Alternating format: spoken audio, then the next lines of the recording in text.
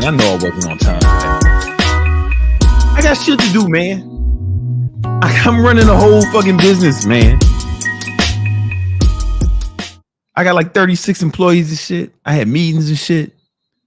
So I was a little late. I'm sorry. I'm not going to make excuses. You know, I'm going to take accountability. I was late today. However, it is going to be a great show. Matter of fact, let's get it started.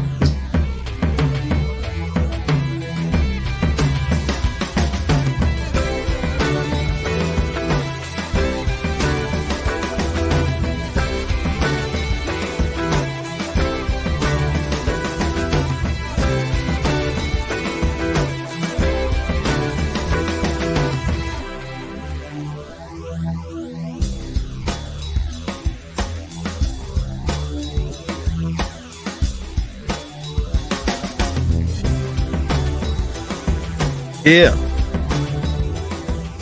You know what it is. It's that victory talk. Yo, this is the podcast where we talk all about how to build your money, muscle, and mindset. You know what I'm saying? And I appreciate you tuning in. You know what I'm saying? And you should appreciate yourself for tuning in because you're going to learn something. Learn something to help you earn something. You know what I'm saying? The more you learn, the more you sperm or whatever Ty Lopez was talking about, man. You know what it is, man. I go by the name of Brandon Carter. That's what my mama named me. But the streets named me Gymnasium Jesus. Listen, that's just what they call me, man. It was bestowed upon me. You know what I'm saying? Also, King Keto. You know what it is, man. It's great to be here. Great to holler at y'all. Listen, we got a lot to talk about this episode. We got a lot to talk about. This one is just me. We ain't got no guests. I ain't even got no help except for Nima, of course. You know what I'm saying? But my girlfriend usually does the comments. She ain't here. All right. So it's just the homies now. This one's for the dogs. You know what it is. Before we get into today's podcast, I do have to, our sponsor. So we actually got a sponsor this episode. Yeah, we got sponsors this episode. So that's exciting. That's exciting. So this episode of Victory Talk is sponsored by Thot Repellent. Again, all your super chats go for research and development for Thot Repellent. This is the product we put together for the fucking G's, for the man who really built his money, muscle, and mindset. He don't have to worry about girls. He's not trying to figure out how to get some hoes. He's trying to figure out how to get away from them. There's too many. No más chicas, por favor. You know what I'm saying? And you're going to need Thot Repellent, right? Now everyone else, they're searching online. How do I get girls? not us, man, who fuck with the fucking money, who built our money, muscle, and mindset to elite levels, right? We need less hoes. It's like before Thot Repellent, I used to just wake up, oh, how am I going to keep these fucking hoes away from me? It's too many. You know what I'm saying? And that's why we put together Thot Repellent. Now, Thot Repellent is an easy to apply spray that'll keep the hoes away for 24 hours. It'll keep around 12 hoes away. You actually hit a record. You're right now, 18 hoes. 18 hoes. 18 hoes away. So you have a barrier, almost like a force field. Like a force field where the hoes won't be able to get to it. We also have the wall plug version. We're going to have we're working on those. We're still working on the wall plug. You know what I'm saying? And the traps, like they're little roach traps you put outside your home. You might wake up to be fucking 8 dots in there, scrambling, dying and shit. You know, that's what we're working on. But right now it's just a spray. All you got to do is supply it to your body, and it'll keep the hoes away from you. All right, for 24 hours. All right. Now, we're working on the side effects. That's why your super chats are going to go to improving the design, because I got a team of fucking nerds in the lab working around the clock on improving the design. A lot of people died this week in the research and development, but that's to be expected when you're trying to revolutionize an industry. And but we're working on getting we're working on lowering the casualties. Now, there are some side effects. Let me be honest with you. Side effects include, but are not limited to, chipmunk breath, X-ray hearing, octopus eyelids, erectile explosions, baby spider syndrome, Under Armour sneakers, male menopause, kung fu vomit, reverse puberty, frequent wet nightmares, involuntary Canadian accent, male camel toe, and Puerto Rican credit score. Now, we're working on lowering the amount of side effects. We're actually discovering new side effects every day. It's actually working in reverse, but we're going to get them down to a manageable level. But I think those are small prices to pay to keep these fucking hoes away from you. You know what I'm saying? At least for fucking 12 hours. God damn. So all your super chats go to research and development for that. All right. But most of you guys don't need it. Not yet, at least. Because most of you guys are searching, how do I get girls? It's like, bro, just get your shit together, man. The pickup guys are just going to teach you how to be like one of the fucking Victory Unit Discord members, right? Because in the Victory Unit Discord, we got free information, free courses, and I'm in there every day giving advice.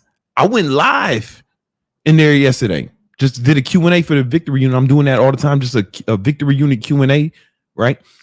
So we in there trying to help you get to your money, muscle, and mindset to the level where the hose is like chasing you down, and you're going to need some thought repellent. You're going to need some thought repellent. All right. And, you know, kung fu vomit is a small price to pay. You know what I'm saying? Yeah, involuntary Canadian accent is really like the worst side effect we've seen so far, right? That and Puerto Rican credit score. But we're working on it. So join the Discord, man, and let's help ourselves, and let's help the ballers. Let's help the ballers, man. All right. I seen somebody ask, was this live? Come on, man. It's all the way live. It's fucking Thursday, October 12th, 7:26 p.m. Damn, I was really late today. But it's all good. It's all good, man. Don't worry about it. We're here now. Let's not talk about the old shit. Let's talk about the old shit. All right.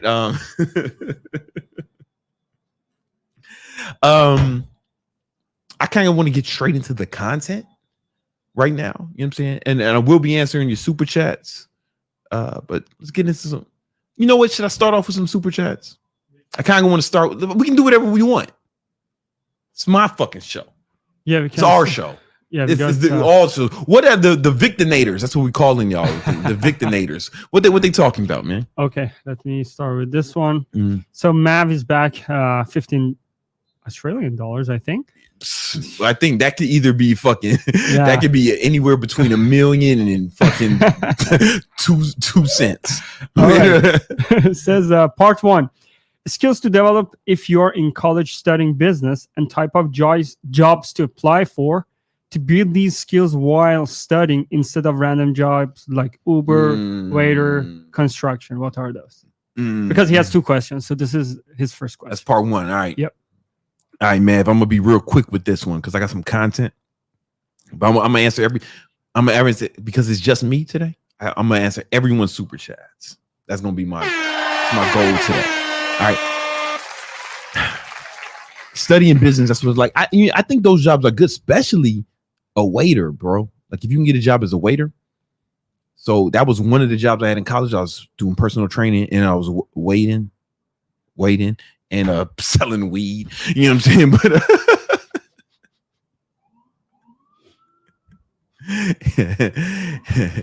and some other shit that I am not going to talk about here, you know, because the statute of limitations prevents. No, it's probably past the statute of limitation, but I'm not a fucking lawyer, so fuck that shit. Well, the 2 of the jobs I had was a personal trainer and a waiter, and a waiter is a sales job, bro. A waiter is a sales job. So is a personal trainer, because you got to get like, you kind of have to make the sales on the gym floor. So anything that will help you with sales will help you in business. Because if you don't make sales, you ain't got a business. You got a hobby. You know what I'm saying? And it'll help you with your sales skills and your people skills for sure. I think waiter's a fantastic job for college, for somebody who wants to get good at business. Do you want to get to? Yeah, man. What's the second question? Okay, his second question. Rich Dad, Poor Dad. The rich don't work for money. They work for skills. Was thinking admin, accounting, marketing, entry-level jobs while in college because I want to be an executive or like you. All right, don't work for skills. I was thinking admin, accounting, marketing jobs in college. I mean, listen, it depends on what you want to do, right? Like you said, you want to be a business person. Like the most important skill to have in business is sales. I'm telling you, man. It's, all the other shit you can hire somebody to do, or you can fucking learn. Like accounting is not rocket science, And if you in business school, they're going to teach you accounting, and that's like all the accounting you'll need. Like I do the accounting for my business, man. We make millions, right? Like that shit ain't rocket science. Like what you learn in business school, that's all the accounting you'll need. Don't even worry about it. You don't have to fucking be an expert in that shit. It's like easy arithmetic. Sales is the skill you need. Sales and marketing for sure. Yeah. All right. What I think Gymnasium Da Vinci said something. There are some quick ones. Okay. Mav says episode on speed reading will be amazing, especially how you do it with dyslexia. You know what, man? I don't know if I'm good enough to teach it, right? And I don't think my speed is as good as it was in my 20s or like even in my like early 30s. I had it up to 600 words a minute, but if I was to test it now, it'd probably be slower. I'm gonna be honest with you, it'd probably be slower now. So I don't know. I took a class, man, an in-person course. I think the company was called Iris. And I don't know if they exist anymore. All right. But then you still got to practice even when you take the test. You know what I'm saying? All right.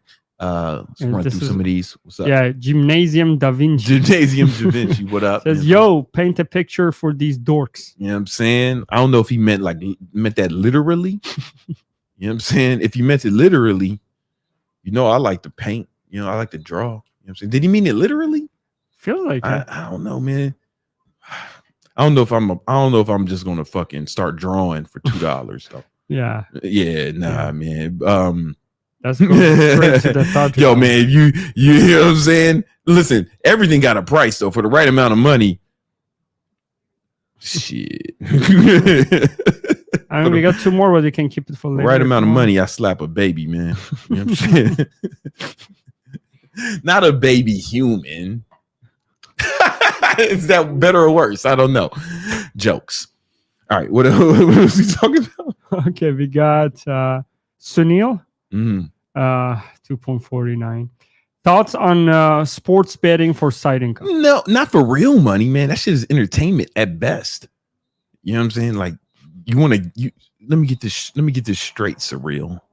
You want to gamble for money? Nah, man. You only gamble with money you don't need.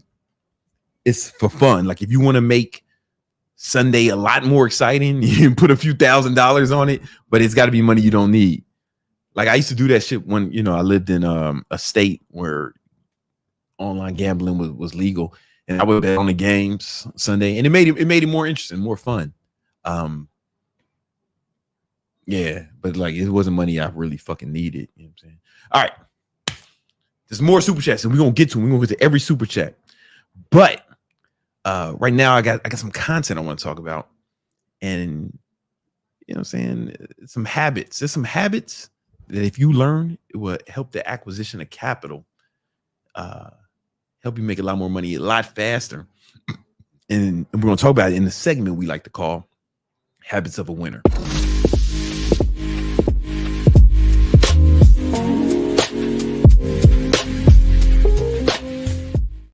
Run it one more.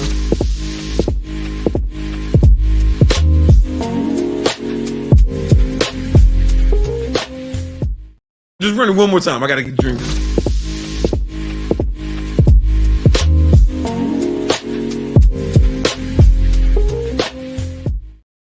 All right.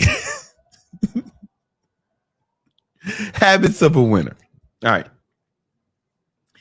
In this video, I want to give you my top 7 productivity hack. In this video, I'm going to give you my top 7 productivity hacks. All right. And these hacks will allow you to make a lot. These hacks will allow you to make as much money as humanly possible in the shortest amount of time. And this is important because, you know, making enough money can basically, because once you make enough money to solve your money problems, all your other problems kind of take care of themselves, you know, or at least you have enough money where you don't have to give a fuck about them, or they make your problems, or it's easier to fix those problems or make them more bearable, right? I can't really think of a problem that can't be solved or at least improved with enough money, right? Magic Johnson would be dead if he wasn't a millionaire. He would have died of that shit in the 90s like everyone else who was getting it. You know what I'm saying? But because he was a multi-millionaire, he's still alive and kicking today. You know what I'm saying? And they even said in the Bible, man, Ecclesiastes 10:19, drink is made for laughter, food is made for merry, but money solves all things, right? And if we believe that the Bible's the word of the God, stands to reason we should make some of this motherfucking money. Am I right? All right. And now,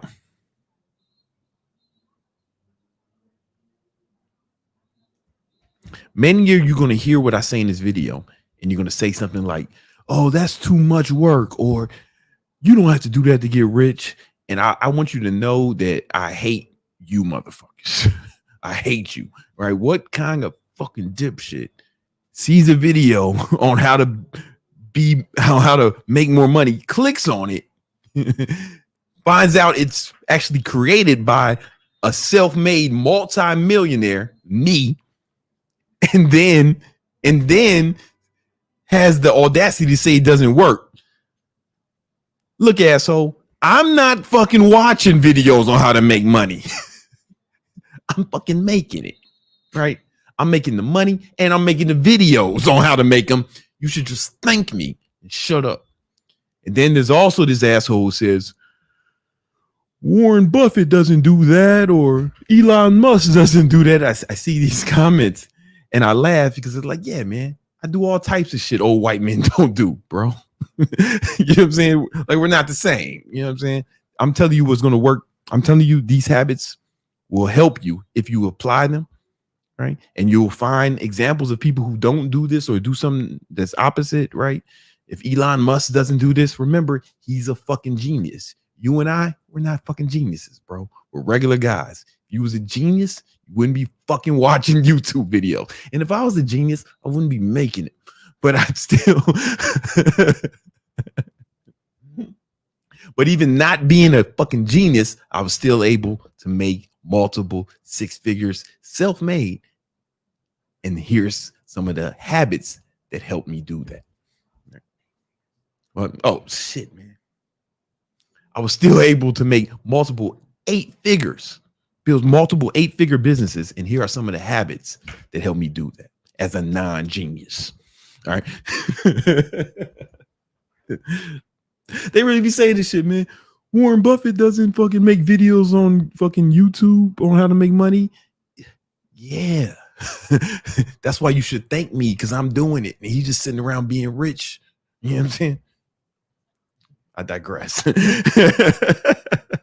Let's get into the habits. All right.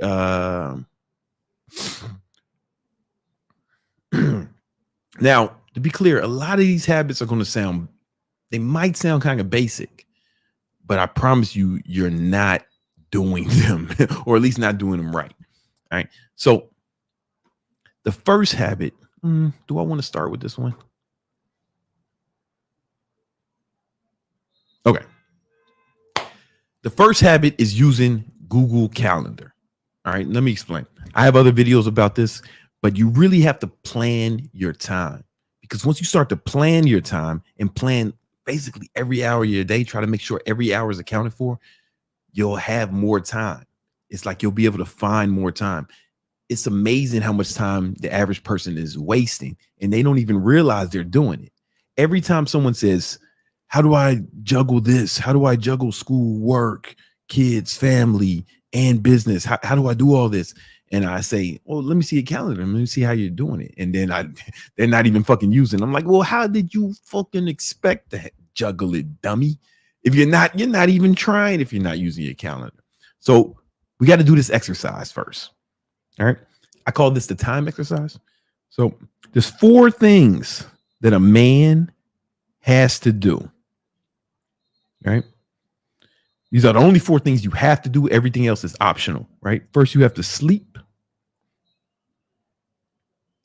Let me get rid of this.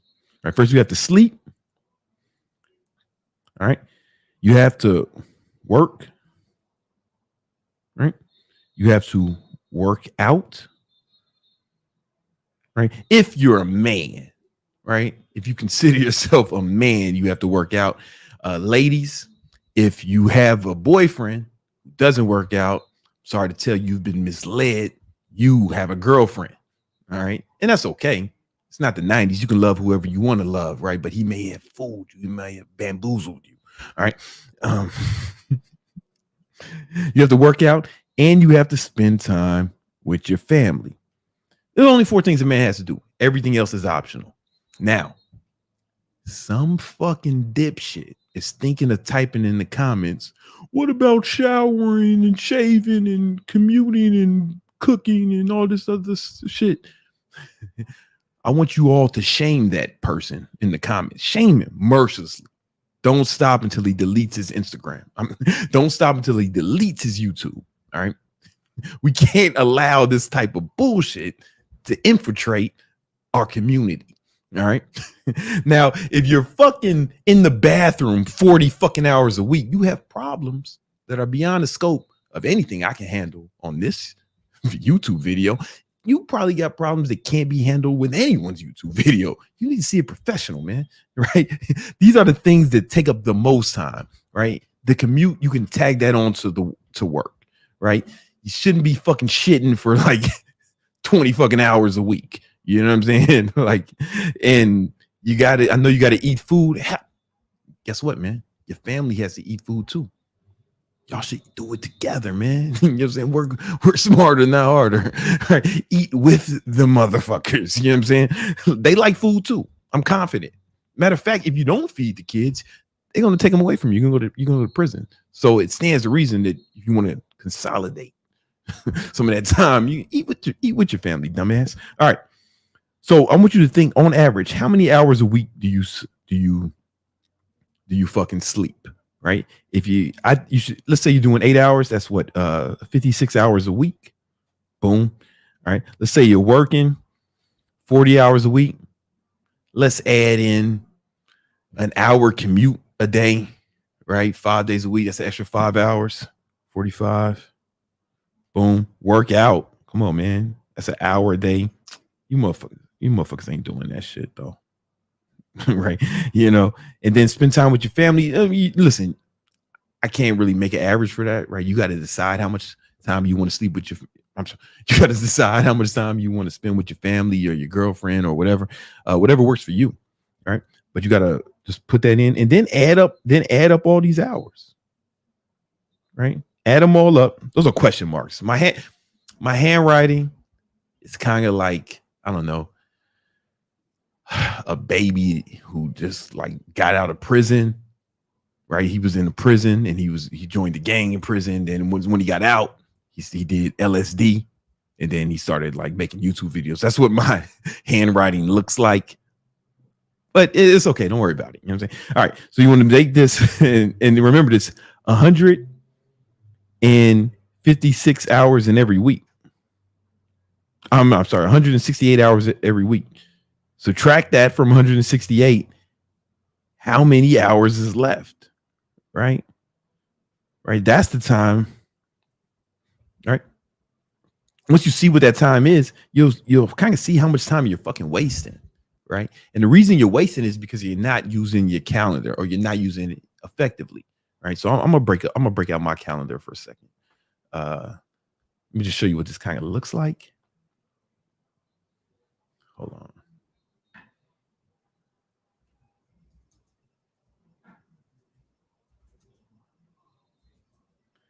Excuse me. All right. So hold on, I'm not ready yet, Nima.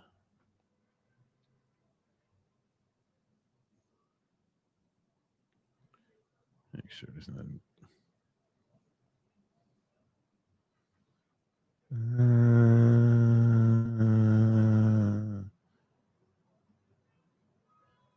There's nothing weird on here. All right, cool. So this is what the calendar kind of looks like. This is next week, right? So I'm out here, you know, you see I'm sleeping from 9:30 to 4:30 a.m. You see my morning wake up, boom. I kind of got every hour accounted for. And this is next week, right? So there are some white spaces, right?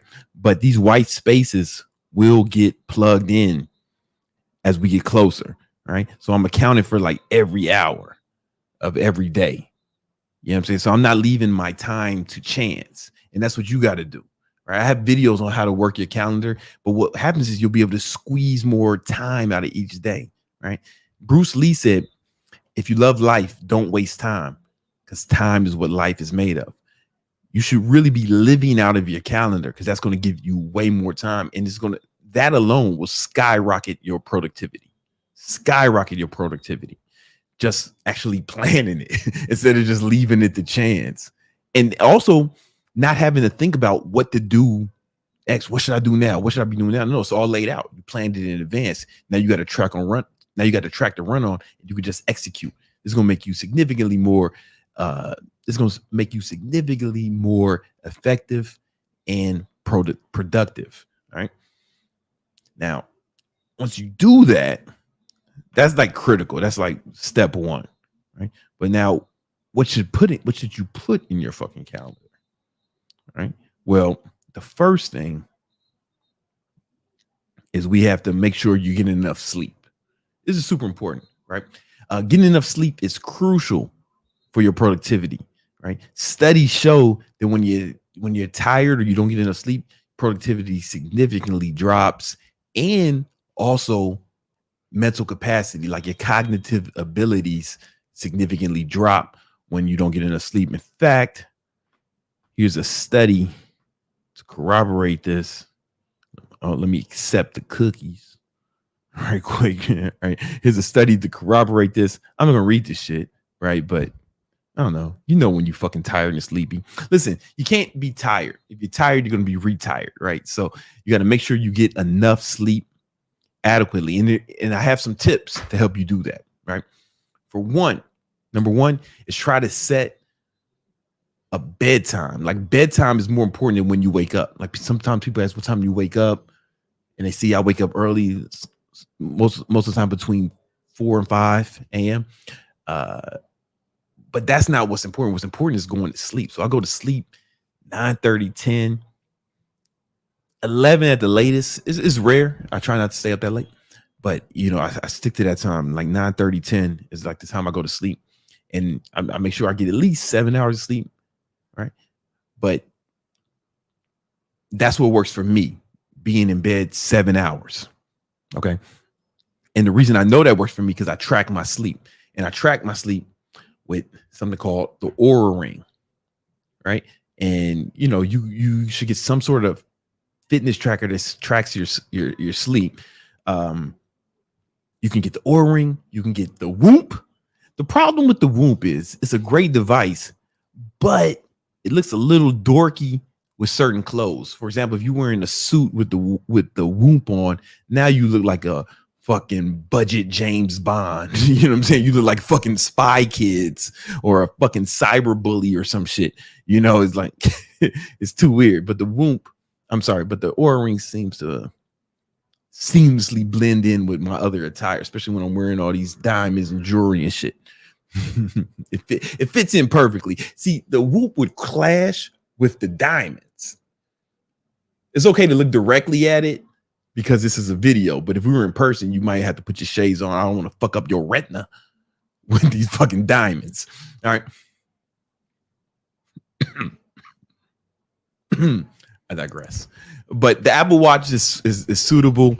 A Fitbit, whatever you can afford. But the reason you want to do that is you want to get data so you know exactly how much sleep you need. When people say you need 8, you may need more, right? You may need less, right? But if you don't have the data, you don't know. And then also you want to improve the quality of your sleep. So it's not just the quantity, it's the quality. So there's things you can do to improve the quality of your sleep so you get more REM sleep and more deep sleep. That's what's really important, REM sleep and deep sleep. And you need something to measure that to know, right? If you can't measure it, you can't manage it. That's where the trackers come in. But you want to get what you definitely want to do is get something. Okay, here's something you need. My homeboy has a video. Hold up, sorry. My homeboy has a video about sleep. It's called his channel is called What I've Learned. He has a great video about sleep, and you should check that out when you get a chance. But what helps me with sleep, and what I've noticed with a lot of people, is when you know what? It's not even what helps me. It's like there's a great book called Why We Sleep by some fucking guy, and I took a lot of the tips from that book. And I started utilizing them and I started getting way better sleep. You don't have to read his book. I think he had, his name is Matthew Walker. You could just watch his interview with Joe Rogan and like, that's basically everything you need. You don't have to read the book. Basically everything is in there. But what Matt said was keep the room super cold, like as cold as you can kind of stand it. All right. So I put the thermostat on early. Like, if I'm going to sleep at 9:30, by 7, I turn the thermostat super low in the bedroom, so it's cool. I also sleep on this thing called the chili pad. This is not from Matt. This is me. Right? It's this contraption that you put on. It's like a mattress pad, and there's a fucking device next to it that's connected to it, and you put that device adjacent to your bed, and what it does is it shoots cold water through this mattress pad, and it feels like you're sleeping on the cool side of the pillow. When you flip the pillow over in the cool side, imagine that, but it's your whole body and it's all night. Right. So I noticed that my REM sleep and my deep sleep improved dramatically when I started using the chili pad. Right. It's only a few $100. Get 2, man. It's not a big deal. All right. And then you want to make the room as dark as possible. So I had blackout curtains and I wear one of them face masks to go over my eyes, and I play white noise. I had this white noise machine. I got this from my son when he was a baby. They told us to keep the baby sleep. We play white noise, and then I was sleeping in the room with him.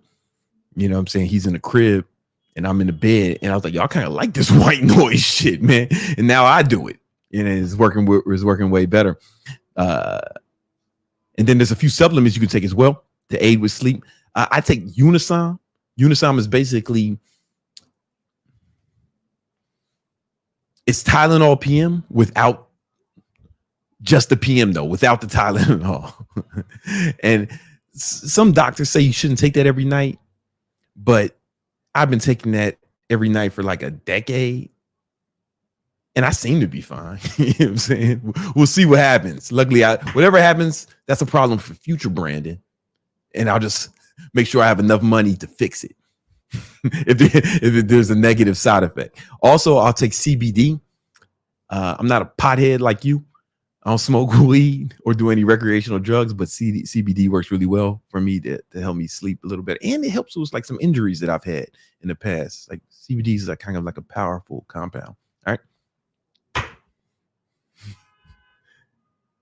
So once you, sorry, I'm getting distracted.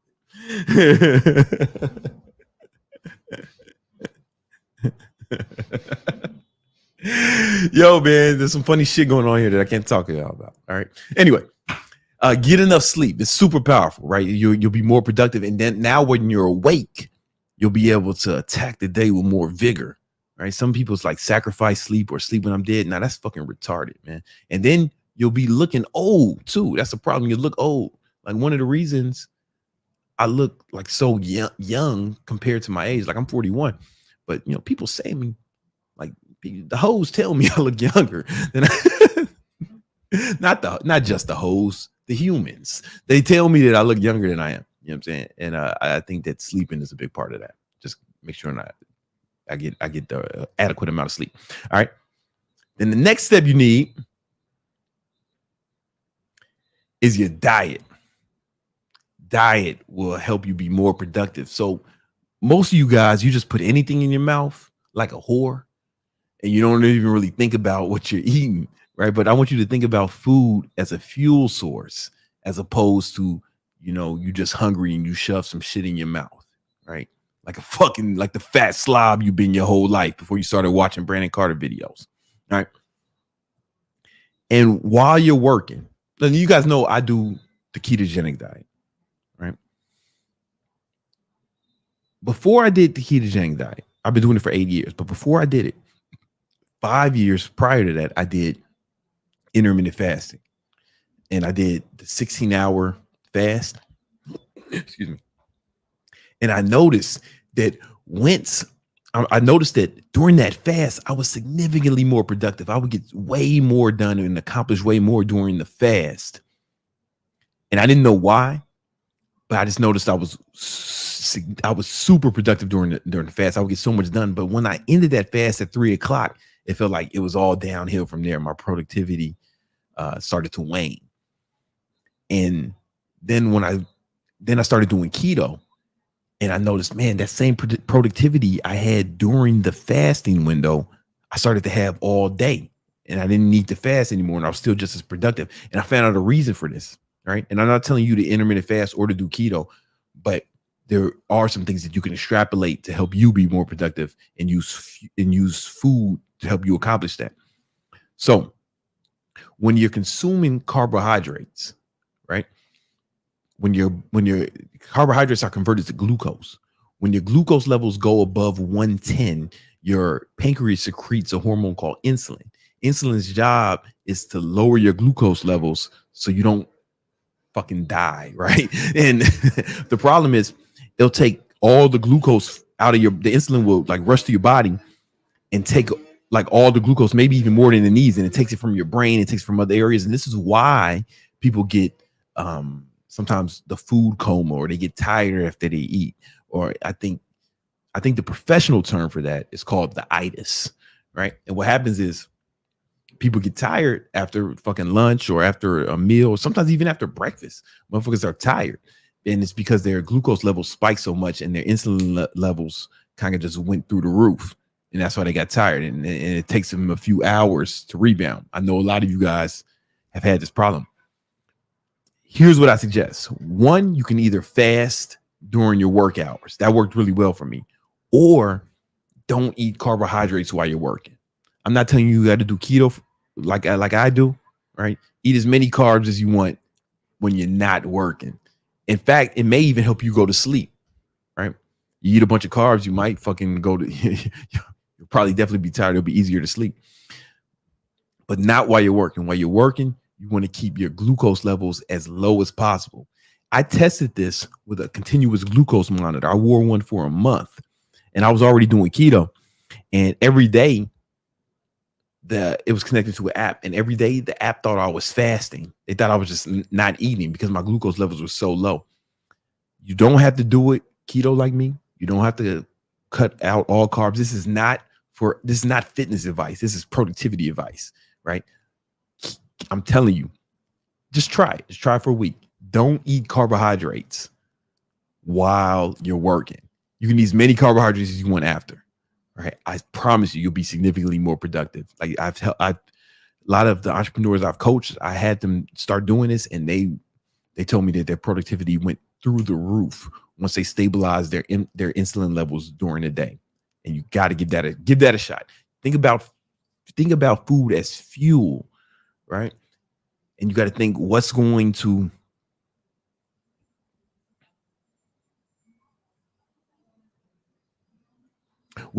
make me more productive. Is this food going to make me more productive, or is it going to make me less productive? You know what I'm saying? And also, don't eat even if you're just eating protein, right? Don't eat big meals during the work hours. That's going to slow you down too, just because your body uses energy to digest the food, right? So honestly, man, I kind of like snack throughout the day, like graze on like little shit. I eat sardines when I start the day with two cans of sardines, but I'm a big guy. Like I'm like 210, right? So maybe you need like fucking 1 can of sardines. Maybe your little ass need 1 sardine. I don't know, but like you want to keep.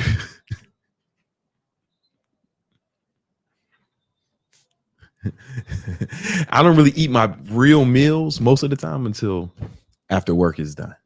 You know what I'm saying? And on those days, I'm significantly more productive. And you just give it a shot. Just give it a shot. All right. Warren Buffett doesn't do that. Shut up. You not Warren Buffett. You not Elon Musk. Motherfuckers are geniuses. You just a fucking regular guy watching YouTube. All right. Shut the fuck up and do what I say. All right. Second tip. No, not the second one. The next tip we want you to do to be more productive is no social media on your phone. Like this has been a game changer for me. I have 0 social media on my phone. No Instagram, no TikTok, nothing. The only thing this phone is good for is my calendar, calling Ubers, and texting people and checking how much money I made today every 30 minutes. That's what that device is for, right? Because I want you to do this right now. Do this right now. Open up the screen time app on your iPhone. If you have an Android phone, first of all, second of all, I'm sure there's an equivalent. You know what I'm saying? I'm sure there's some equivalent, right? And just see how much time are you spending on social media, right? Imagine if you were using that time to deploy against your goals, right? And I have millions of followers I have 1 million YouTube subscribers. I have 1 million. You're one of them, maybe. And I have 1 million Instagram followers. I got like 500,000 TikTok followers, 1.5 million Facebook fans. So my social media, it'd be going crazy, right? So that's not even on my phone, right? And then when I want to post something, this is like a pro tip. When I want to post something, I do it from my iPad. I have the iPad mini with the LTE. You don't have to do this. This is expensive. You could just take it off your phone and figure out. I have some friends who do this. There's been some entrepreneurs I've coached. And what they do is when they want to post something from Instagram, they just download it. They download the app, post something, and then fucking delete it. And that strategy works, right? But I just keep it only on my iPad. And, you know, going on social media on the iPad fucking sucks. It's trash, right? And that's the point. Because I don't want to enjoy it. Like I use it as a utility. You know, I use it for what it's used for. And I'm a creator, not a consumer of it. You know what I'm saying? And just look at the screen time. Imagine if you used all that time for your goals. What would your life look like? What would your life look like a year from now if you used that time and deployed it against your goals? I think it stands to reason you'd all be more successful, happier, and more wealthy. You know what I'm saying? All right. No social media on the phone. All right, the next thing you're going to do. This one is controversial. This is when people get all up in arms. People hate when I say this. But what you're going to do is you're going to start buying time. What do I mean when I say buy time? Right? So I want you to think about some of the shit you got to do in life, or the average person has to do. Right? Right? This is you, and you got to like clean shit. You got to go grocery shopping. You got to cook. You got to drive. You got to, what else do fucking regular people do? Laundry. You know what I'm saying? And a bunch of other shit. right? What you want to start doing is, right? Well, what you want to start doing is paying people to do these things for you, right? This is buying time. And the reason you want to do this is because you want to use that time to make more money. So let's say you have your own business or you got a side hustle and you know how much money you make doing this, right? Let's say you have an hourly rate, right? Hourly rate, you make $50 an hour. That's your hourly rate. Boom. Cool. Right. If you can get someone to do, let's say you can get someone to clean your house. Well, you know what? Let's not guess. You can go on TaskRabbit, right?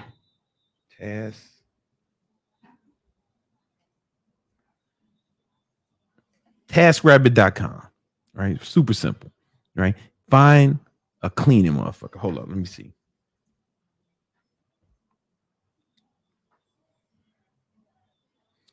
They want me to put it on this information. All right, hold up.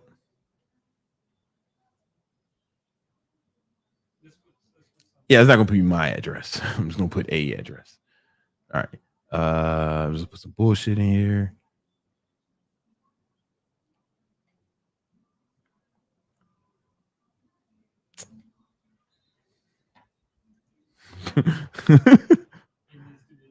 Nah, it's cool. All right, cool.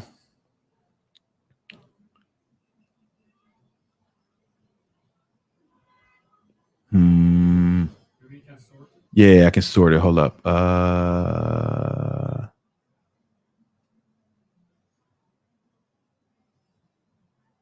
right, cool. So you go on TaskRabbit.com. You can look at this, man. These people will clean your fucking crib. They got reviews and shit. Motherfuckers will clean your crib for $20, man. $20 an hour, man. This motherfucker gonna clean my crib. Or if you got more money, like you can go higher.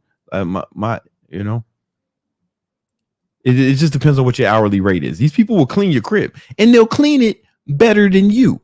That's the thing. They clean it better than you because they clean for a living. You're just a fucking guy, especially you're a guy. You're probably dirty like me. You know what I'm saying? This place would be a goddamn wreck if I didn't have fucking immigrants coming up here every week cleaning the shit up. You know what I'm saying? And I mean that as a term of endearment. As a term of endearment, immigrants work super hard, man. Like my man Nima. You know what I'm saying? Right? But you hire somebody clean as long as it's less than your hourly rate. So you can get someone to clean for $25, right? Boom. Minus 25. Sorry. Minus $25. Boom. And if you work during that time, I'm sorry. And if you work during that time, boom, you net $25. That's like simple math, right? But you if you work during the time you're paying someone else to do the thing, then you actually made money, right? You get what I'm saying? A lot of people seem that they don't get this, and I get a lot of pushback on this, but this is super powerful. Like I did this even before I was rich. In fact, this helped me get rich because you need time. So when I first, was first building my business, I would hire people to clean. I would have my groceries delivered instead of going to get the groceries. All right. And, we didn't have Instacart back then. I think the only thing was Fresh Direct, but it was only like $20 to have some motherfucker come bring you all your shit. I'm like, fuck yeah, I'm doing that. Laundry.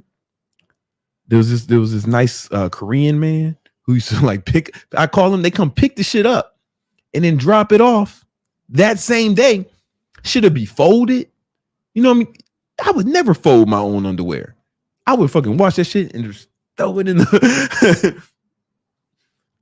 the fucking drawer. Stuff it in there. You know what I'm saying? They did it better. You know what I'm saying? And then when I made even more money, I stopped getting groceries at all. I just stopped cooking 100% because my hourly rate was so high, and you just do the math, and it doesn't make sense. And then I was living in New York, so I already didn't drive, right? So boom. And initially I was on the subway, but I was like working on the subway. I would either be reading, studying, and then when I started doing Uber, especially my son lived in Queens, I lived in Manhattan, and I would go see my son all the time. That would be like almost, even going both ways, it was like 90 minutes. I would really be working. I have either my laptop off, sometimes I'm on the phone with meetings, and I would be working in the meetings, right? But if you can buy time, then you have more what? Time. You have more time. So everybody's complaining about not having enough time. You got to start buying it. And you can start small. Just start with having somebody clean. You know what I'm saying? Start with having somebody clean. Now, every time I say this, I see comments, man, what about your girl? How about you have your girl do that shit? It's like, yo, listen, this is a big house. It's a big apartment. In fact, this, what people don't know, this apartment was like, it's like more than one apartment put together. Like the previous owner, he knocked down the walls, multiple apartments. I found that out recently. I didn't know that. That's why I got like why is there so many fucking bathrooms here? Like too many bathrooms because it was mad apartments. Yeah, this place is massive. It's massive. And then the fucking balconies, there's literally 5 balconies and they're all big. They all got to be clean. Floor to ceiling windows. They all got to be clean. If my girl had to do that shit, she wouldn't have time for this. You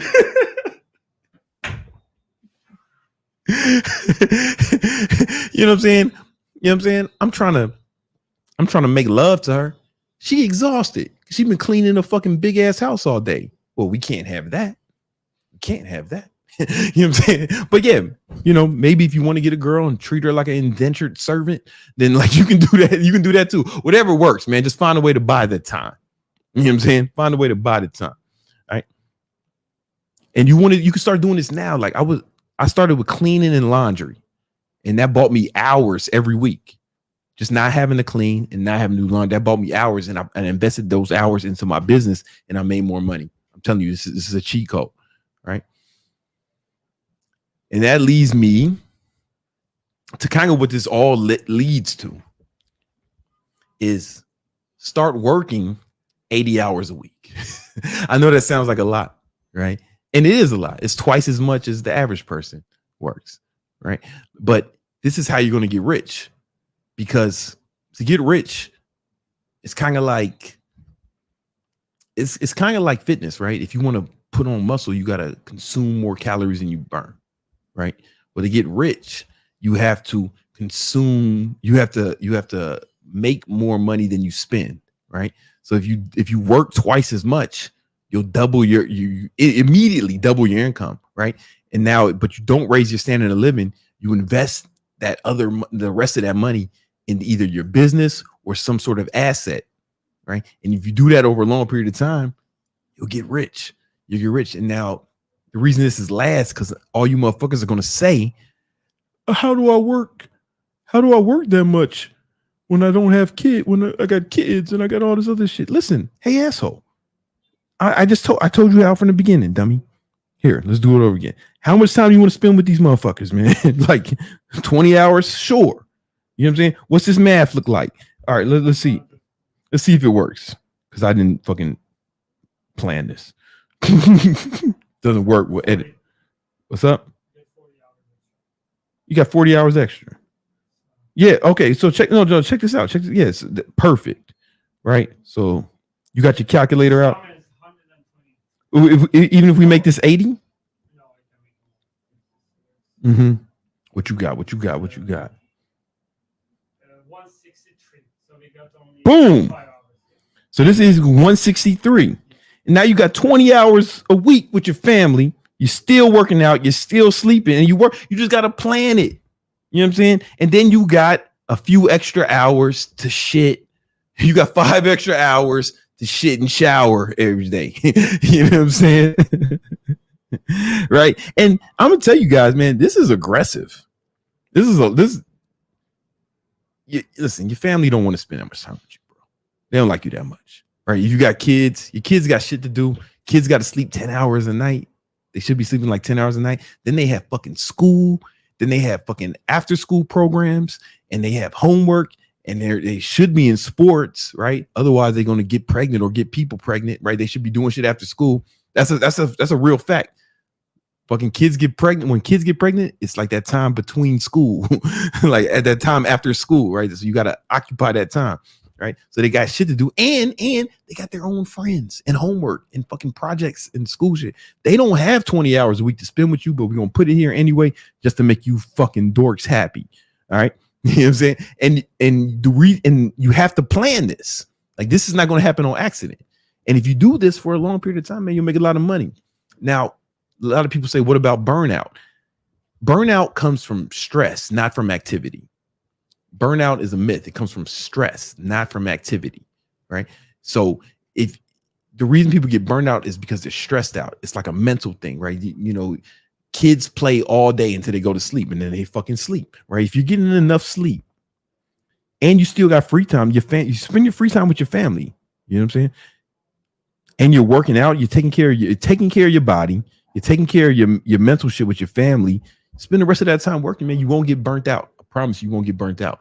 And if you want to learn more about burnout, I have a video about that. You should watch that right now to make sure you don't get burnt out. And that way you can put in as much work as possible without even having to worry about that fucking sucker shit. Yeah.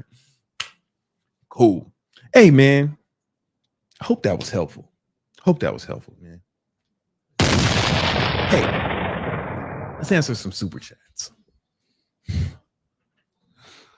All right, let's start with this one. So Mav is asking, how often do you take breaks when doing deep work? In a 12-hour workday, please break down when you would take breaks. How many hours are you actually working? I mean, I'll take a break to like go to the bathroom. You know what I'm saying? If I need to eat something, I'll take a break, but I try not to spend a whole lot of time doing that shit. It's funny, man. So this is something I realized when I was working a lot of labor jobs. It's the breaks that make you tired, right? Like the harder you work, the more you enjoy it. So like when I was working for the moving company, the guys who would seem to be the tiredest are the guy, you know, they would be the guys who were trying to like do as little as possible, trying to slack off, trying to carry the light shit. But I went into it like aggressive, like, all right, how much I wonder I'm gonna outwork everybody on this job. And I try to make it like a game out of it, and it became fun. And that's kind of how I approach the day. Like I line up all my tasks that I need to do, and I really go super hard at trying to knock them all out. And what happens is I get kind of excited. So I might a lot of times I fuck around and forget to eat. And I'll just take a break, like when my body makes me like, whoa, I start getting lightheaded and shit. Oh, fuck yeah, I haven't eaten 6 hours. You know, and I don't know, I'm trying to find a day where I had to. So I'm gonna show you a good example of a day.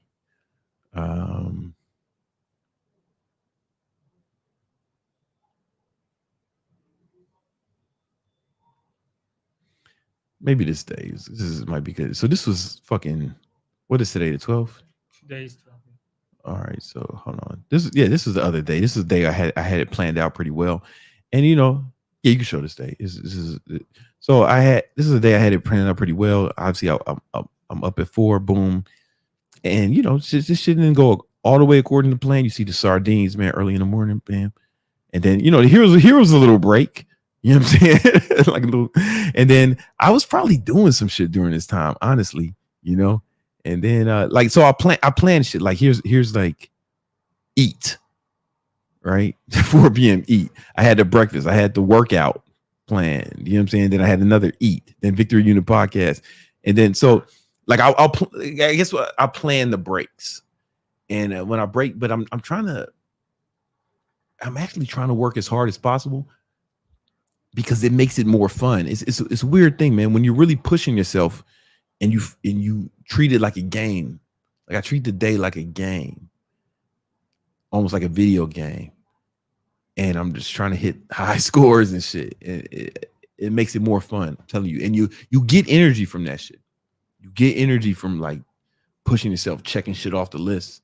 I'm telling you, and it's shown it. You get like dopamine spikes by crossing shit off a fucking to-do list. You get like real dopamine spikes. So even if I do something that's not on the list, I'll put it on the list and then cross it out just so I get that dopamine. That's some fucking, that's a cheat code. All right, we got Naz the Gamer. Okay. $10. Can you elaborate quickly a good marketing strategy on meal planning for fat people? I got a good following, but want to grow more. You must have a good marketing strategy for meal planning for fat people. Well, there's a huge market for that, right? Because the average American is 17 pounds overweight. Blah, right? You know what I'm saying? Motherfuckers walk around looking gross and shit.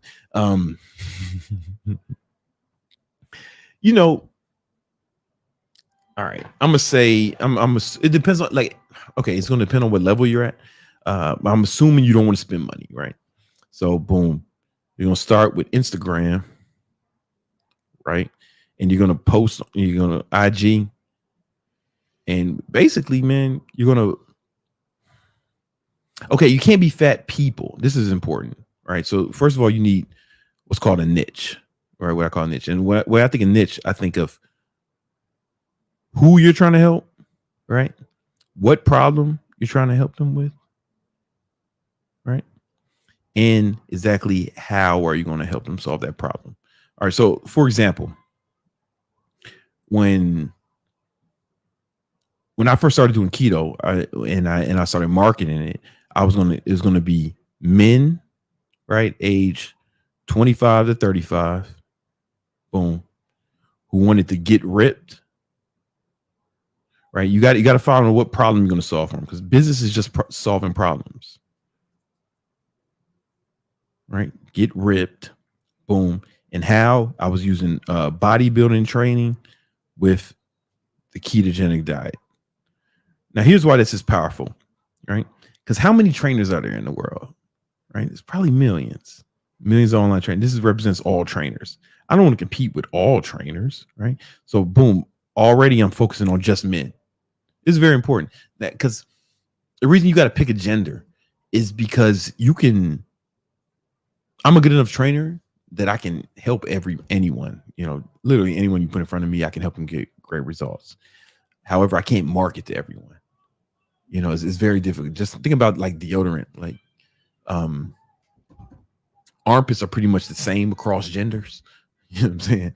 But Secret deodorant is marketing a lot differently than Old Spice deodorant is marketing. And some of that shit smells the same. Like if you get the Pure Sport, the Old Spice, it tastes just like it smells. It smells just like the fucking fresh version of Secret, right? There's almost no difference, right? But the marketing is totally different. Like the colors, the commercials, just the colors just look at the colors of the bar, the deodorant bar, the fonts they're using, right? It's difficult to market to both genders. Unless you're like super big, like McDonald's or some shit, However, so I only want to market to guys, right? But not even all guys, just guys 25 to 35, right? Because the reason why is because why does this guy want to get ripped? Why does this guy want to get ripped? It's going to be different. His why is different. It's like if it was than an old guy. If it was a 60-year-old guy, he might be thinking about like longevity, not dying, wanting to see his great grandkids or some shit. This guy probably just wants some hoes, you know what I'm saying, or some shit, you know what I'm saying, or he wants to fight. He just has a different why. He wants to be alpha or some shit. This guy wants to be Andrew Tate or some shit, right? The why is going to be different across both genders and age groups. So you want to really focus on. So that's why like fat people is not enough, right? Because a fat man wants to lose, a young fat man wants to lose weight for a different reason than an old fat man, right? Or a young fat woman wants to lose weight for a different reason than a young fat man, right? There's just differences, and it's different. It's very difficult to market to both of them, right? So you want to think, why does this motherfucker? And once you find out what that why is, all your marketing is going to revolve around that why. So how did that look for me? When I was first, back in the day, if you watch any of my old videos, I'll pull them up. I was marketing to young men who wanted to get ripped, right? So if we pull up some of my old videos, some of that old school Brandon Carter shit, the classics. If I pull up some of the classics, you know what I'm saying? And let me put this by Otis. I'll put it by most popular. That might give us right. So look what I'm showing. Look at this, man. I got motherfucking, the guy want to be ripped, he want to be alpha, but he also want hoes, right? Bitches. And you know what I'm saying? That's why I had girls in the fucking thumbnails. Like I'm over here working out with girls, but I'm marketing the guys, but it was only so the guys could see it. You get what I'm saying? Like I didn't, dude, I knew there was no girls watching this shit. You know what I'm saying? That was just to keep y'all attention. You get what I'm saying? And so I threw like booty in the thumbnail and shit. You know what I'm saying? Shit like that. And it worked really well. Right. So you got to think about that, what that why is, and all your marketing needs to be showing them how getting ripped helps them accomplish that why. They don't want to get ripped just to get ripped. Right. They don't want to lose fat just to lose fat. There's a reason they want to do it. And then so I already got that going for me, right? So, but then I'm only helping them with the ketogenic diet and bodybuilding, right? So it's very, very small percentage of this population wants to get ripped with bodybuilding and ketogenic diet. But when they find me, when this guy who wants to solve this problem with this methodology, when he finds me, it's like it's perfect. It's like I'm exactly what he's looking for, and he can't price shop. You get what I'm saying? He can't price shop because I'm unique. I really stand out now. You get what I'm saying? I'm giving them something that he can't find anywhere else, right? Remember, there's millions of trainers, but I dare you to name 5 trainers who focus on helping men age 25 to 35 get ripped with the ketogenic diet and bodybuilding. You probably can't think of that. You know what I'm saying? So this is how you enter a crowded market and set yourself apart. Now, it won't be for everybody. A lot of people are going to fucking, hey, man, you don't need to do keto. You don't. Yeah, I'm not saying that, bro. It's not for you. It's not for you. It's cool. You know what I'm saying? And so I think you need to get that down first, right? You need to really narrow this shit down with the who. You want to pick a gender and an age group that's like 10 years max, right? And then you already got the what. That's cool. They want to lose weight. But then if you can come up with like a unique mechanism, it doesn't have to be unique, right? You just make it sound sexy, right? Whatever it is. You can take anything and make it sound sexy, right? If you want to do if it fits your macros, right? Just if you fit your macros kind of style, and it'd be like, man, I help young men lose weight without giving up their favorite foods, right? That would work really well. Because they're like, oh shit, I can eat pizza. Yeah, you just got to count your fucking calories. You know what I'm saying? Because you can, right? And you got to be able to say it with integrity, like if it's true and you know how to do it, you know. But yeah, you got to narrow it down more. That's the first step for you, bro. You know what I'm saying? And with my coaching program, HTT, this is like the first thing we help them get down. You know, like because it won't work without this. But my students, like, they come in the game, they first do this, and then they immediately set themselves apart from all the other trainers, and then they start making like tons of money. Like my average student makes $5 to 10 grand a month within the first 12 weeks. But this is the foundation, the part I just gave you for free. All right. You want to get more? Yeah. Okay. We got OK Swawi 96 $10. Says, what's up, Big Brown and Carter? You saved my life earlier this year. I was going to self-delete because I failed in my first business and got into debt. Now I'm utilizing the baller mindset formula to get back on track and in the Legion. Come on, man. Let's go. Let's give this man a round of applause. Man, I'm glad you found salvation, brother. I'm glad you found salvation in Gymnasium Jesus. You know what I'm saying? But that's what's up. No, I'm really glad to hear that, man. Like, and I believe you. I've gotten messages like that before, and yo, that means a lot to me, man. Yo, honestly, that's what's up, man. Shout out to that brother, man. I'm glad I'm doing I'm helping some shit. You got Doc P, $10. Switch to keto, stable energy levels. Biggest issue is a strong acetone smell despite increased water intake. Did you experience this? How long did it last? If so, God bless. Much love from Brooklyn. Oh, thanks, man. I don't think I have that issue. I'm gonna have to look into that because I've never had that issue, and I haven't really heard of it being a big problem for a lot of people. I've heard of it happening, but you're the first person to tell me that. I've just heard about it, but you're the first person to tell me that. I'm gonna look into it more. He said it already increased water intake. Make sure you what's your sodium intake? So with keto, you really got to up your sodium, like significantly.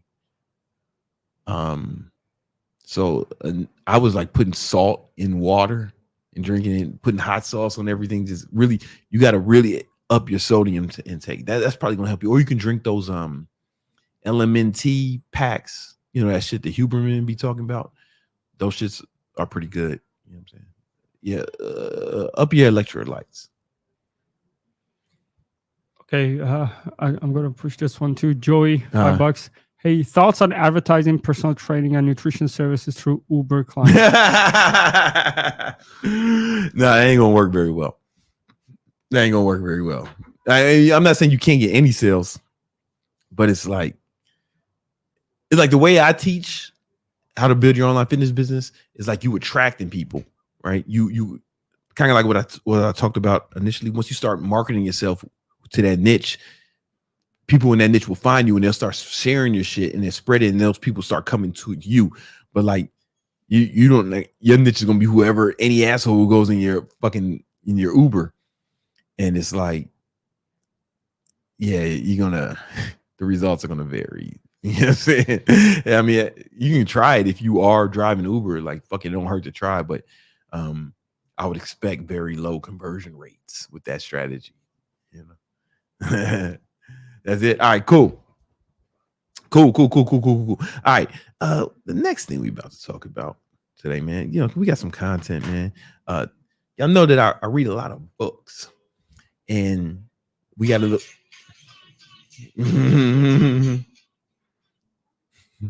I read a lot of books, and we do a segment that we call Book of the Week.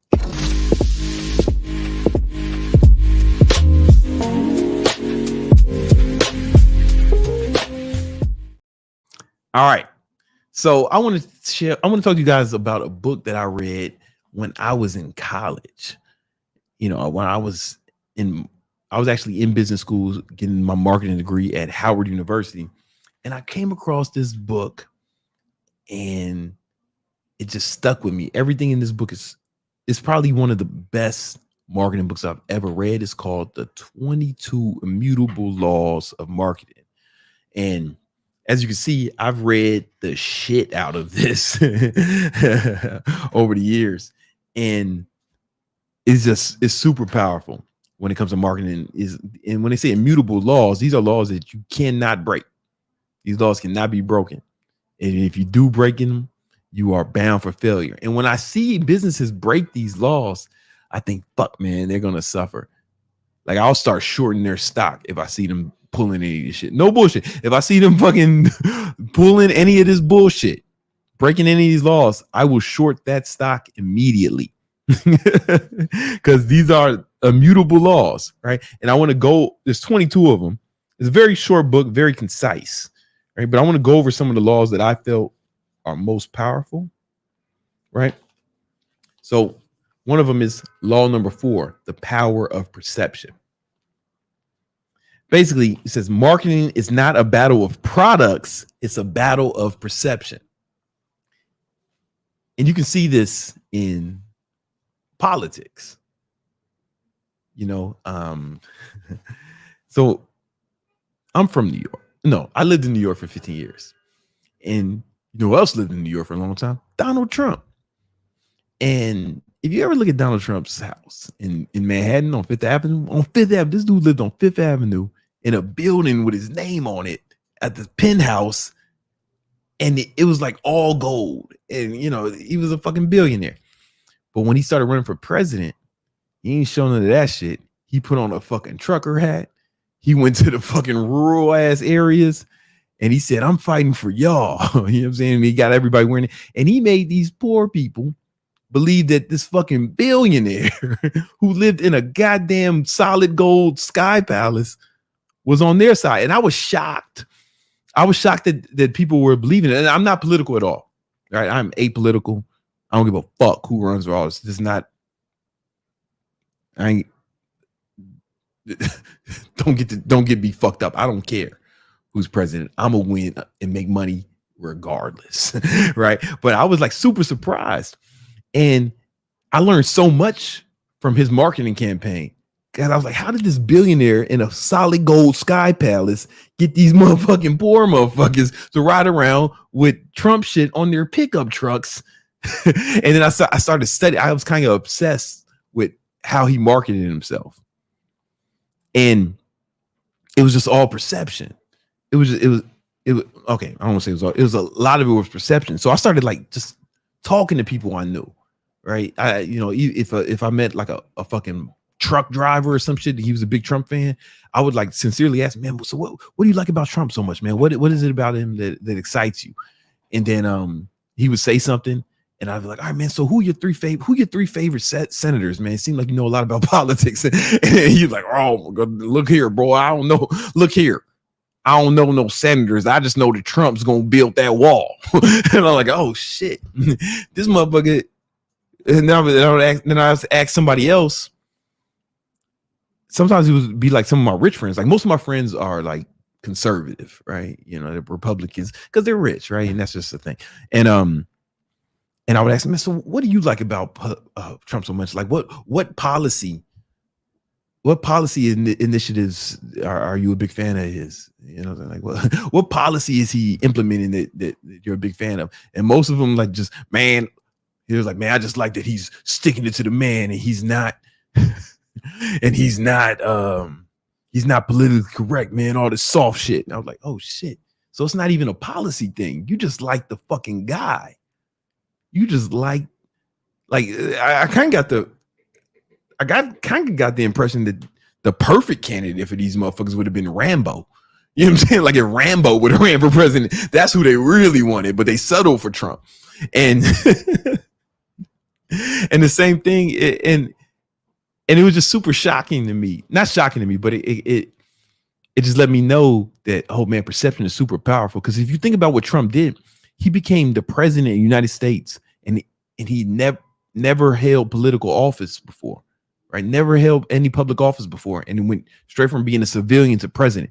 There was only one other person who became president who never held political office before, and he was Dwight D. Eisenhower. Dwight D. Eisenhower saved the world and killed Hitler. You know what I'm saying? So yeah, I get it. Make him president. That makes sense. But Trump just came out, straight civilian to the White House. And it was a super strong marketing effort. Like the marketing, I don't know. He might be one of the best marketers of all time. Politics aside, I don't have no opinion on that shit. Either way. It was the perception that he was like this fucking guy, you know what I'm saying? And now Biden has a different problem, right? Because everybody I know hates Biden, and even Democrats that I know, and I asked why, and no one can give me like they can't give me a legislative answer, right? They can't give me like a policy-based answer. They just don't like the guy. Like the perception is like, I don't fuck with that guy. So it's working against him. You know what I'm saying? But it's just perception. That's it. How does that relate to business? Right? All you have to do is perceive that your shit is getting better. You got to be able to convince your client. It's better if your shit is better, right? But if you can have the perception that it is better, then you'll still succeed. For example, me and Neem are both working off Macintosh computers right now. But I used to build computers. My first computer, I built the computer by hand because I was broke. And back in those days, in the fucking 2000s, it was cheaper to build a computer than to try to buy a good computer. So I learned how to build computers, and you had to build a PC. You couldn't really build a Mac, or at least I couldn't. And so I built computers, pirated versions of fucking software and Windows and shit. And what I noticed is back in those days, man, Apple was using the same exact fucking processors as PCs and charging like twice as much. And it just really seemed like a fucking huge ripoff to have an Apple computer. It's like they're using the exact same fucking processors. The insides are the same. And it was just made, the software was different, but it wasn't like better enough to justify the price. but they had the perception of being better. Like the marketing was like top notch. And then they had, they had amazing ads, like just amazing ads. And they had the perception it was better. Now it is better. I think the M2 chip, that shit, I don't know, man. It's gonna be hard for the Nvidia and AMD to catch up, but maybe they can. You know what I'm saying? We'll see. But that should like change things for me. And that's when I didn't go to Apple until then. But before that, I knew that people were buying it just off perception. You know what I'm saying? And it just shows you how powerful it is, man. They are better now, I think. But I still have a PC. I still use it sometimes. But I say that law of perception, that was one of the most important laws in here. Then there's another one that I fucking really like. The law of opposite, right? If you're shooting for second place, the strategy is determined by the leader. And they have Coke and Pepsi here, right? So, for example, Coke was like the established soda, right, in the world. And it was kind of just like classic American, old school shit. So when Pepsi came out, they were definitely trying to steal market share. They didn't have to be number one to make billions, right? You don't have to be number one to make billions, right? You can still be successful, but they had to differentiate themselves from Coca-Cola. So one of their slogans was the next generation. When they first came out, so they marketed like to younger people. They positioned Coke. They used their marketing to position Coke as like the old school shit. The shit your grandfather used to drink. Pepsi, this is the new shit. This is what we drinking over here. The young cool people. Then they would get like Michael Jackson back when he was like the man, to do commercials for them. And they would get like young people in their commercials, and they try to make it seem cool and different because Coke was so like established and mainstream. And it worked out really well for them. You know what I'm saying? And that's a strategy they still implement today. Beyonce does fucking Coke. Beyonce does Pepsi commercials now. Then there's, oh man, I really like law 15, the law of candor. So basically, when you admit a negative, the prospect will give you a positive, right? So they have a picture of Listerine, and Listerine is better now, but back in the day, Listerine used to only come in this yellow bottle, and it was like really, really gross. And it says, and their slogan was the taste you hate twice a day, right? Like that was part of the slogan. Like, you're going to hate the taste, but it works, right? That awful taste is how you know it's working, and they were real successful with that. And that's kind of how, a lot of times I'll come in here and say, man, I just off the rip, I'll talk about how I have dyslexia, or I can't write or spell very well. Almost like that 8 Mile shit. You know what I'm saying? Like kind of like that 8 Mile shit when Eminem was about to rap and he said all this shit about himself, and then there was nothing they could say about him because he had already said it. It works really well in marketing as well, man. I'm telling you. There's one more that I really liked. Let me find this for you. I didn't earmark it.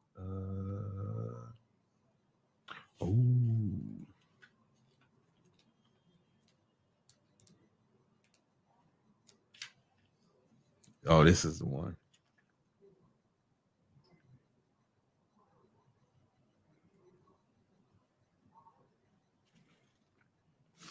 Law 12, the law of line extension, right?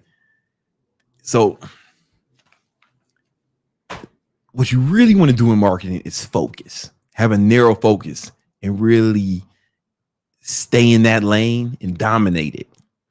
However, it's this irresistible force that entrepreneurs have to want to get out of their lane and expand, but it kind of fucks up your perception. So a great example that they give in the book is it goes down as one of the biggest mistakes in American business history. Cadillac. Cadillac was known as the best American-made luxury automobiles. And they were expensive, but if you had a Cadillac, you had like prestige. You know what I'm saying? Like, oh man, he's got a Cadillac. This is how it was back in the day. And you were like the man if you bought a Cadillac. You get what I'm saying? And then they made a huge mistake. They came out with a budget car. It was called the Catera. And the Cadillac Catera was like a fucking Toyota prices, but it was a Cadillac. And it's really fucked up their market share because nobody wanted a fucking cheap Cadillac. But then people who could afford Cadillacs were like, ugh, I don't want the same car a fucking broke boy can get. I'll get a BMW or a Benz or some shit. And then Cadillac's market share started to plummet. And they had to discontinue the Catera right away because it was fucking up the sales of all their cars. And they didn't recover again until they came out with the Escalade, when that was a huge hit for them because it was one of the first luxury SUVs ever. But it goes down, like, if you're in business school, you probably learn about that big mistake they make. But people are making it all the time. It's difficult to be to market to rich people and to market to poor people. It's difficult to market to like switch shit around like that, because then you lose what made you special. You lose the prestige, right? And there's a lot of shit like this in the book. You know, once you like kind of memorize these laws, you'll be seeing people break this shit all the time, break these laws all the time. And I'll short the stop if I see motherfuckers breaking these laws, man. I'll be like, let me go ahead and buy some puts against this company, man, because this shit, they really out here fucking up. You know what I'm saying? You see it work all the time, and it's super good. To my last point, to that point, that's the reason Apple doesn't really put their shit on sale much, right? Or Jordans don't go on sale. Like when Foot Locker has the Black Friday sales, everything will be on sale except for Jordans and Timberlands, right? Because they're like, no, we don't put our shit on sale. You know what I'm saying? Lamborghinis don't go on sale. You know what I'm saying?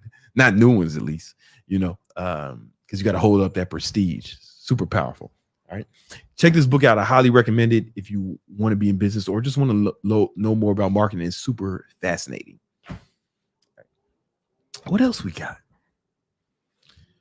All right, so we got this one, Homemade by Marzi. All right. Says, I'm working on starting my own business. I want to launch my brand in January 2024. I'm overwhelmed with all the tasks on my to-do list. What are the 3 things I should prioritize to meet my deadlines? Listen, Marzi, you need to like take all those things you need to do, list them out in some sort of project management software. I use Trello. I think we have a video on this. Yeah, we have. You talked about Notion, like you can. Yeah. I don't do project management in Notion. Oh, really? Yeah, you do, but I don't, because I like Trello. Yeah, Trello is fantastic because it's easy. It's just that's what I learned on, right? But I use Notion for other shit. But put in some sort of project management stuff, and then once you have it all there, all the tasks lined up, then put them in when you're going to do them in your calendar, and then you won't be overwhelmed anymore. You're like, okay, it'll make sense, and then you'll see if you really have time to do all that shit or not. Because a lot of times, what happens is, the beauty of using a calendar is there is a constraint there. You know what I'm saying? There's a constraint. There's 24 hours in each day, and you're going to be asleep for a third of them. And if you just make a list of things to do, the problem is there's no constraints. And then you wonder why you don't get shit done because you did this shit. You make this list of things to do with no constraints. But when you start putting it in the calendar and you see the actual constraints, right? Especially if you put your other shit in the calendar too, right? You got to put your whole life in the calendar so you can actually see what the constraints are and you can work within them. And now you probably do have enough time, because the average person everybody I run through that time exercise, I've never seen somebody who didn't have enough time after that. But so you'll probably be able to put the shit in your calendar, and you'll probably be like a lot calmer because you'll know what you're supposed to do and when you're supposed to do it, and things will just make a lot more sense to you. And I report back to us after you do that. If I was you, I'll do it tomorrow morning. You know what I'm saying? Wake up early, do it all tomorrow. Where's that video? You know where that video is, Kevin? I actually found it. So we talked about it on the episode 36. but I can pull out this. I think it's like if you go on my page, it's like 8 productivity. Yeah, it was on those, and you literally walk them through how. Yeah, I walked them through the whole shit. Yeah. Like, you should really watch that. That might be the best video I had this year. Yeah, I think if it's in the productivity one, it's the one that you 8 tools. Yeah, it's that one. It's that one. Yeah, 8 productivity tools. I think that's the best video we made. That video is really good. Yeah, like, as far as like content is concerned. Yeah. Right. Hope that helps. Hope that I know that helps. I know that. Okay, we got Yolenverse TV. Okay. What up, Kim Keto? What hey up? Man, professional truck driver here. I found a passive income niche in freight logistics. Should I continue over the road and work both, or switch local and work both? OTR pays more. I mean, it pays more, right? You know, it just depends on how solid that new thing is, right? That new lit, and the other thing you want to do is, you know, if it's risky at all, then you want to keep your job because you still got to eat food and like pay rent, and you know what I'm saying, like you still need money to live, right? And if you got a family, then it's not even a question, right? You can't put them at risk because you got some other goals, right? Truckers, man, I know that's hard. It doesn't sound like hard work because you're sitting down, right? But it's long hours, man. It's like long hours, and actually sitting down makes you fucking tired. So I would do both if you can. If you can do both, at least until you have enough money to save. If you have 6 months savings, okay, here's what you do. Once you have 6 months of savings, meaning you can cover your expenses for 6 months, and your other thing is making more than the truck, right? It's making just as much as the trucking thing. That's when you quit. That's always my advice for someone who has a side hustle or a business who wants to quit their job. It had 2 criteria. You got to have 6 months of savings, so if shit goes wrong, you can cover your shit. That shit saves you, bro. There's been so many times, man, where like that 6 months of savings really like came in handy for me, man. And you have that, and then your other shit is already making more money, then you're in a good position to quit your job. All right, we got Hunter Atchu. You are the GOAT. Yeah, there's a lot of truth in that statement, Hunter. A lot of truth in that statement. Thank you. Okay, Naz the Gamer, who asked that the marketing fat people, has a follow-up question. It's like, I'm a part of your program, actually. Oh, that's what's up. Yeah. At what income you think I should hire sales callers to grow the business? Go back and watch the training I did the beginning of last month. It was the first one of last month in the HET curriculum, and I did like a 2-hour training, and it was kind of all about that. You know what I'm saying? So check that out. Go ahead and check that out. All right, cool. All right, listen, you know this we all about balling here, man. And every week we try to we go ahead and we honor a member of the baller community, and we call that segment Baller of the Week.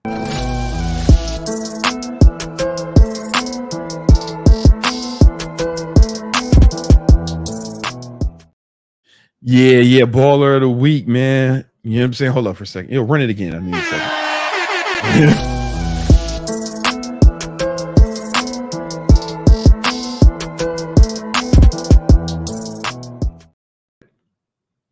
I think we good. Hold on. All right, cool. All right, so Baller of the Week. This week, we gotta honor the homie Drizzy Drake. Let me explain why. So he just dropped the album For the Dogs to mixed reviews. I don't know what y'all thought of it, you know what I'm saying, but definitely mixed reviews. I don't think I was the intended market, you know. I'm kind of old, so it was called For the Dogs, not For the Dads, right? So I don't think it was for me. and I knew it wasn't for me because I was at his concert when he came to Miami. There was a lot of kids there, like a lot of kids, like there was fucking kids there, like tweens and shit, with their parents. I was like, oh shit, all right, This is for the children. But anyway, it's projected to debut at number 1. You know what I'm saying? So shout out to Drake, and about close about 400,000 equivalent album sales in the first week. That's a really good first week sales. Not as good as Certified Lover Boy, but there was a big break between Certified Lover Boy and his last album and the album prior to that. And Views, I think it was Views and Certified Lover Boy. There's a big break. This one ain't been no breaks, man. This motherfucker, it sounds like it's almost like he been coming out with an album every fucking month. He had the joint with 21 Savage. He had the fucking the techno album. Was that Euro Trash album? You know what I'm saying? It was all like fucking techno beats. Nevermind is honestly Nevermind. I think that's the name of it. You know what I'm saying? Yeah, but Drake's out here doing it big, man. You know what I'm saying? He's doing it big. And but here's another reason why he's baller of the week. So man, come on, the tour he just finished up. Boom, dude was getting the tour has brought in $41 million in revenue. Come on, man, we gotta that ain't baller of the week shit. I don't know what is. $41 million in revenue. You know what I'm saying? Average on average per show, he was making just under $5 million. God damn. That's not bad at all. And I think the Barclay at the Barclay Center in New York, it was 18 million. God damn, 18 million at the Barclays. I seen his last tour in the Barclays. I took my whole staff in New York. I took everybody to go see it. You know what I'm saying? It was lit. Drake's out here doing his thing, and me and Shorty, we went to that. Me and a girl. This is us outside the green dot. We went to the show. This is us outside. You know what I'm saying? I had to wear the fucking bust down to that shit. You know what I'm saying? But we went to the show, and we was the oldest people there, man. You know what I'm saying? Like it was a bunch of kids, man. And that's why I think the album's getting like, I don't know, different reviews. I didn't really love the show, man. I seen Drake perform 3 times, and this was my least favorite because there's a lot of the tracks I wanted to hear he ain't do, man. He was doing a lot of the shit that I think the kids love. And maybe that's his plan. Like he's already thinking about the next generation, man. He ain't thinking about the 40-year-olds, and that's cool. You know what I'm saying? We still got J. Cole. He's my favorite rapper. That show when this album kind of solidified. Oh yeah, J. Cole's my favorite rapper. J. Cole's my favorite rapper, not Drake anymore. But man, he's still doing his thing, and he's still baller of the week, man. So we got to give, and that album definitely had his moments. That shit definitely had his moments. Like the album, there's some joints on there, especially the one with J. Cole. You know what I'm saying? That's my favorite track. So we got to shout out to Drizzy Drake, baller of the week, man. You know what I'm saying? Yeah, this has been a good episode of the Victory Talk. I don't really have nothing else to say. I kind of figured it all out, man. Listen, guess what, guys? We do this every week. No, twice a week. Every Monday. No, I'm sorry. Tuesdays and Thursdays, 7 p.m. Eastern Standard Time. Hey, if you want more victory, this is not enough victory for you, go ahead and join the Victory Unit Discord. I got free courses in there. All the links are in the description. All the links in the description. And I go live in there doing Q&As. I did one just yesterday. I'll be posting like exclusive shit in there.